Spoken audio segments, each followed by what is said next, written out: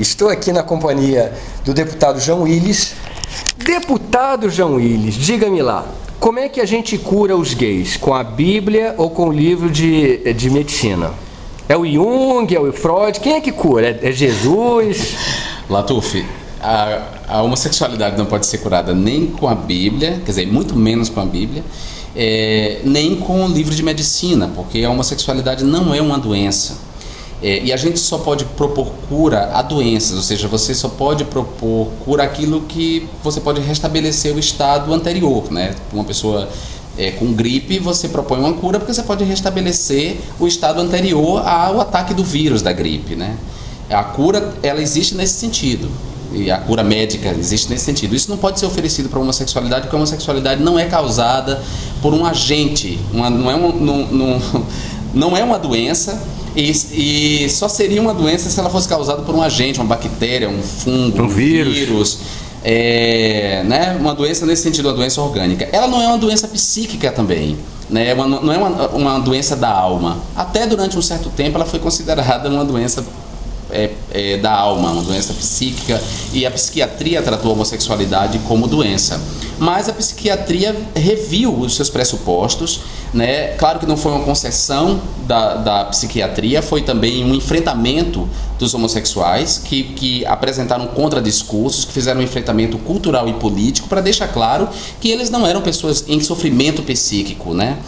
Não eram pessoas doentes. Então a psiquiatria reviu seus pressupostos e retirou a homossexualidade do código das doenças da alma, né, das doenças psíquicas. O mesmo fez a Organização Mundial de Saúde, ou seja, a homossexualidade foi retirada do Código Internacional de Doença, não é mais considerada uma doença psíquica.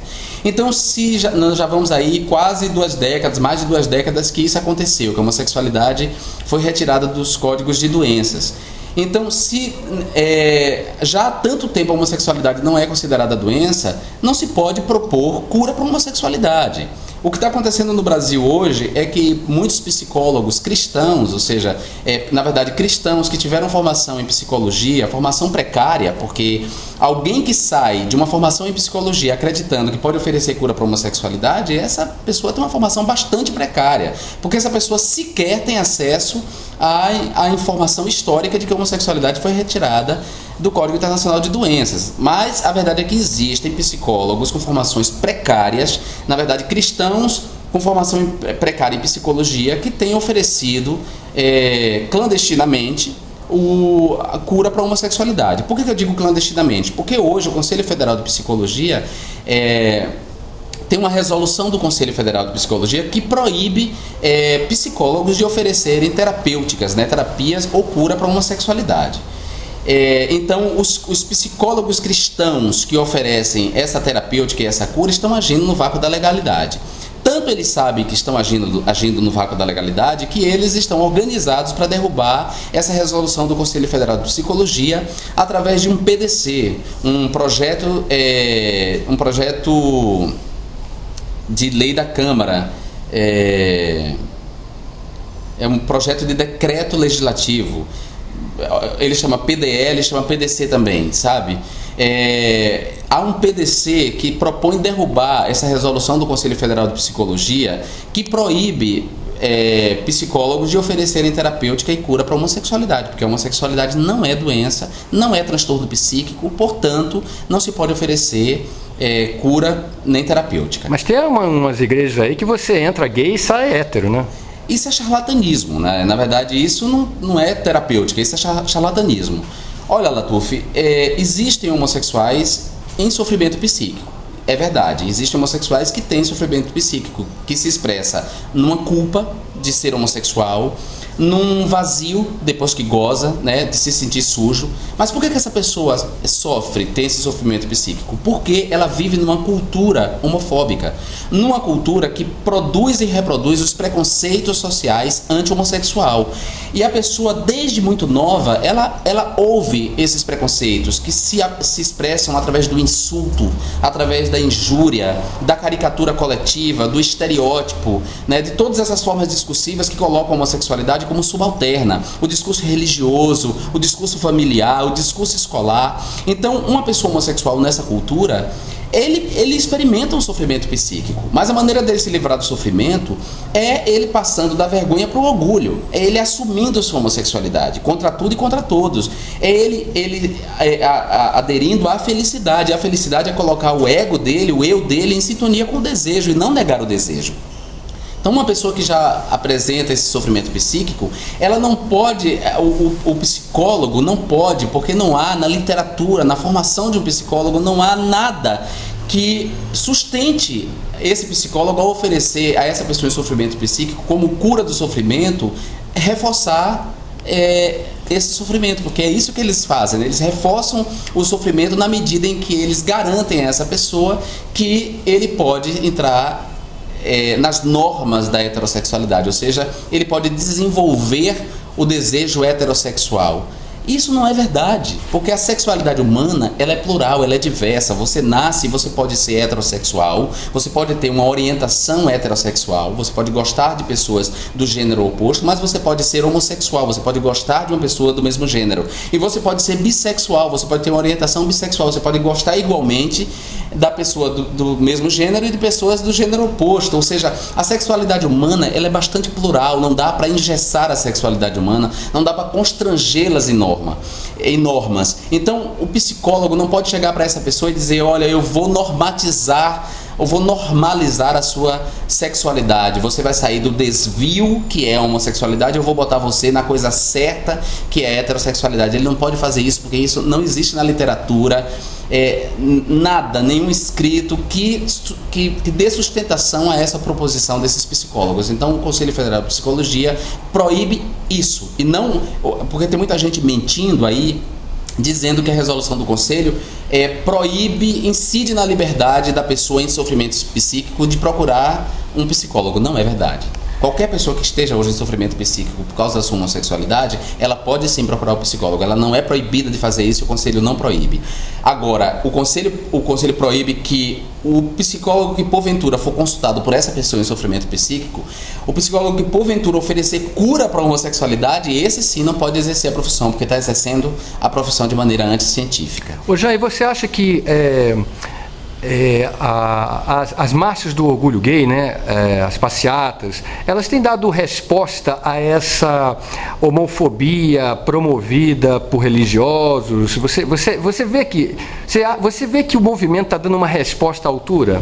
Não acho que o movimento tenha dado uma resposta à altura, infelizmente, porque eu prefiro falar em movimentos, na verdade, movimentos LGBTs, porque nós temos um movimento hegemônico, que é aquele de colorido partidário, né, que no Brasil está muito partidarizado, né, uma militância até pela própria história do PT, porque o PT tem uma história, né, de relação com os movimentos sociais.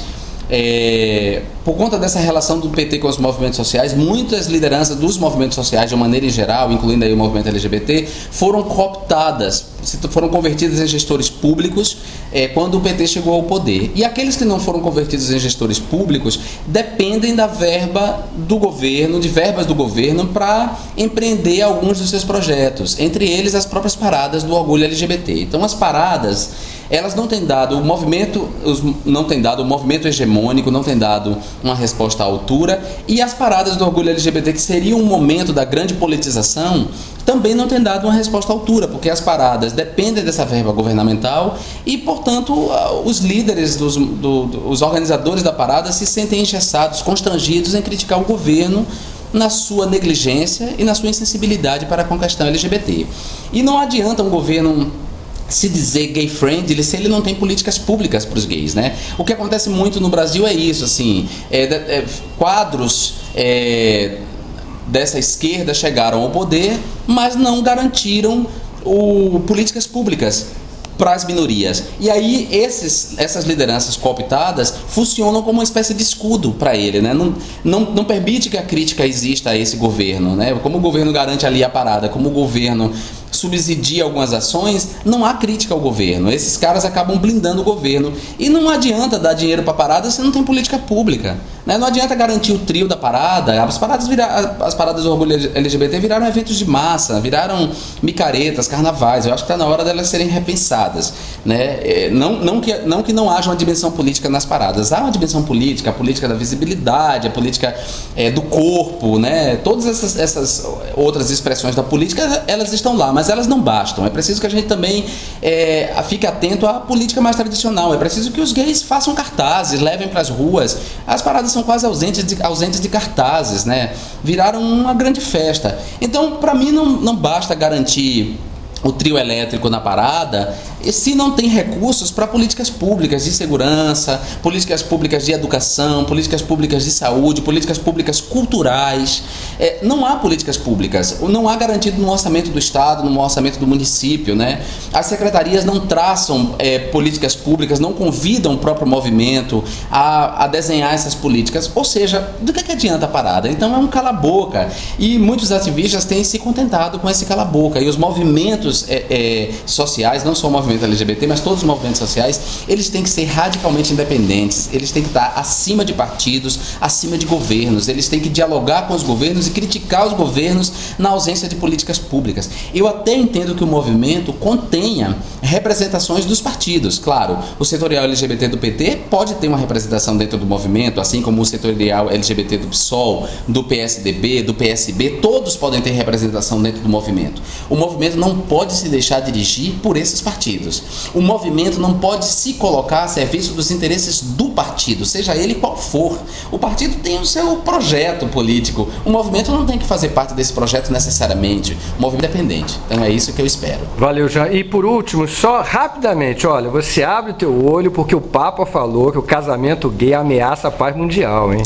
Eu achei essa declaração do Papa uma declaração lamentável, e a crítica que eu fiz foi uma crítica ao Papa como uma liderança religiosa e política que fez um comentário infeliz em relação a um direito que é nosso como seres humanos, né? O direito ao casamento está ligado ao direito inalienável à vida, à felicidade e à liberdade. O Papa não tem o direito de publicamente pressionar, chantagear os líderes mundiais, né? Os presidentes. O Papa não tem o direito de chantagear indiretamente essas lideranças para impedir... de chantageá-las de modo que elas neguem nos seus países o direito ao casamento civil aos homossexuais. Primeiro porque se trata do casamento civil e não do sacramento do casamento. O casamento civil não é do interesse da igreja, não é da alçada da igreja. Não é, porque o sacramento do casamento pode sim ser da alçada da igreja, mas não é da alçada o casamento civil não é da alçada da igreja. Compreendeu? O sacramento do casamento, sim. O casamento civil, não.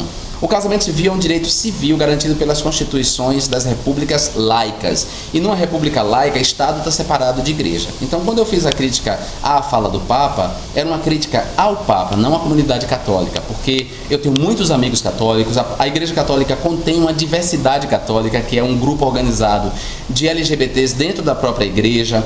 A Igreja Católica, ela não tem só a direita católica, ela tem a esquerda católica, que se expressa nos movimentos pastorais, nas comunidades eclesiais de base, que lutam pela justiça social, e essas pessoas são favoráveis ao casamento civil igualitário. Então não foi um ataque à comunidade católica, porque minha mãe é católica, porque eu respeito muitos católicos.